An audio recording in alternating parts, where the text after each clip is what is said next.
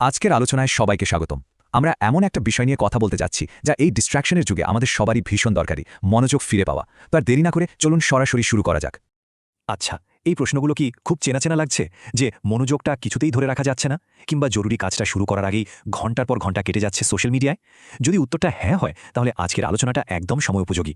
আমরা ঠিক এই সমস্যাটারই গভীরে যাব, যা আজকাল আমরা প্রায় সবাই অনুভব করি। এর মানে হতে পারে আমাদের মস্তিষ্কের হয়তো একটা রিসেট দরকার। আর ভালো খবরটা হলো, এই রিসেটের জন্য একটা পরিষ্কার ব্লুপ্রিন্টও কিন্তু আছে। আমরা একদম ধাপে ধাপে দেখব কিভাবে এই মানসিক রিসেটটা করা সম্ভব। তো চলুন তাহলে আমাদের প্রথম অংশে যাওয়া যাক। এখানে আমরা ডোপামিনের পেছনের আসল রহস্যটা জানার চেষ্টা করব। মানে আমাদের এই যে এত ডিস্ট্রাকশন, এর পেছনের বিজ্ঞানটা কি, আর কেনই বা ডোপামিন আমাদের মনোযোগের জন্য এতটা গুরুত্বপূর্ণ।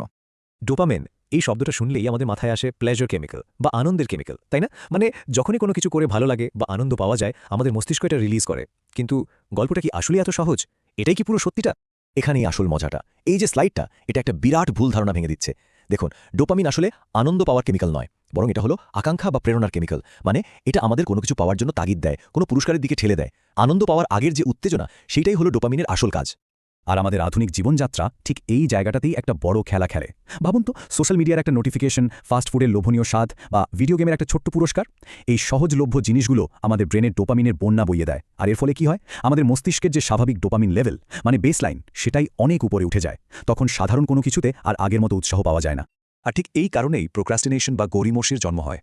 যখন পড়াশোনা বা কাজের মতো একটা কঠিন, সময় সাপেক্ষ টাস্ক সামনে আসে, তখন আমাদের মস্তিষ্ক রীতিমতো বিদ্রোহ করে বসে। কেন? কারণ ওই যে ডোপামিনের বেসলাইনটা বেড়ে গেছে। তাই এই কঠিন কাজগুলোকে একদম নিরস মনে হয়। মস্তিষ্ক তখন সহজ আর দ্রুত ডোপামিন পাওয়ার জন্য অন্য কোনো বিকল্প খুঁজতে শুরু করে। তো সমস্যাটা তো বোঝা গেল, কিন্তু এর সমাধান কি? চলুন এবার তাহলে সেই দিকেই যাওয়া যাক।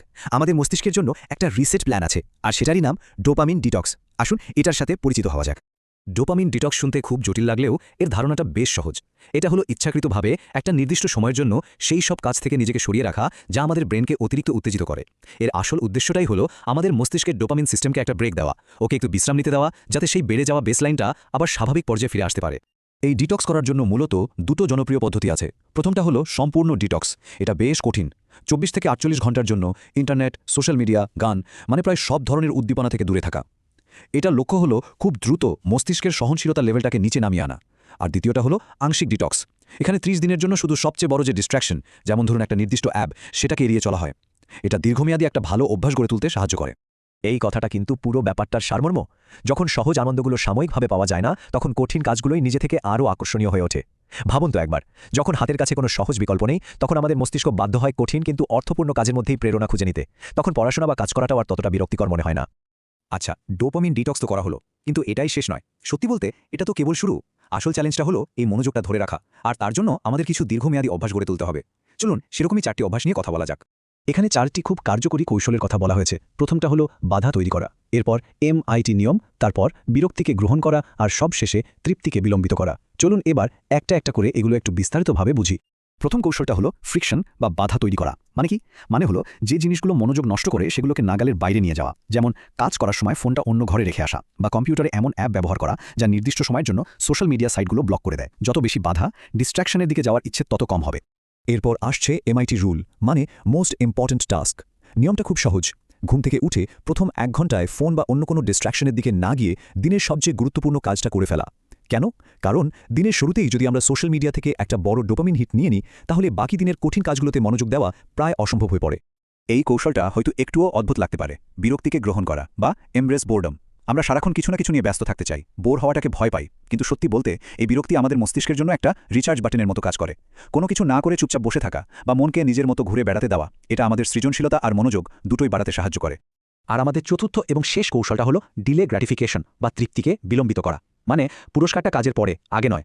যেমন নিজেকে বলা যে এই চ্যাপ্টারটা পড়া শেষ হলে আমি 30 মিনিটের জন্য সোশ্যাল মিডিয়া দেখব। এটা করলে কি হয়? আমাদের মস্তিষ্ক ধীরে ধীরে কঠিন কাজের সাথে পুরস্কারকে মেলাতে শেখে। এতে ইচ্ছাশক্তি বা ওয়েল পাওয়ার বাড়ে। তো আমরা আলোচনার প্রায় শেষ পর্যায়ে চলে এসেছি। এতক্ষণ যা যা কথা হলো তার মূল শিক্ষাটা কি? এর সারমর্ম হলো নিয়ন্ত্রণটা কিন্তু আমাদের হাতেই। সবচেয়ে বড় যে কথাটা মনে রাখতে হবে সেটা হলো এই ডোপামিন ডিটক্সের লক্ষ্য কিন্তু শুধু ডোপামিন কমানো নয়। আসল লক্ষ্যটা আরও বড়। লক্ষ্যটা হলো নিজের জীবনের নিয়ন্ত্রণটা নিজের হাতে ফিরিয়ে আনা, আর আমাদের মনোযোগ আর প্রেরণাকে সেই সব দীর্ঘমেয়াদী লক্ষ্যের দিকে চালিত করা যা আমাদের কাছে সত্যিই গুরুত্বপূর্ণ। শেষ পর্যন্ত এই একটা কথাই থেকে যায়, আপনার জীবনের নিয়ন্ত্রণ ফিরিয়ে আনুন। এই শক্তিশালী চিন্তাটা দিয়েই আজকের আলোচনা শেষ করা যাক। আশা করি এটা আমাদের সবাইকে নিজের মনোযোগ আর জীবনকে নতুন করে সাজানোর জন্য একটু হলেও অনুপ্রাণিত করবে।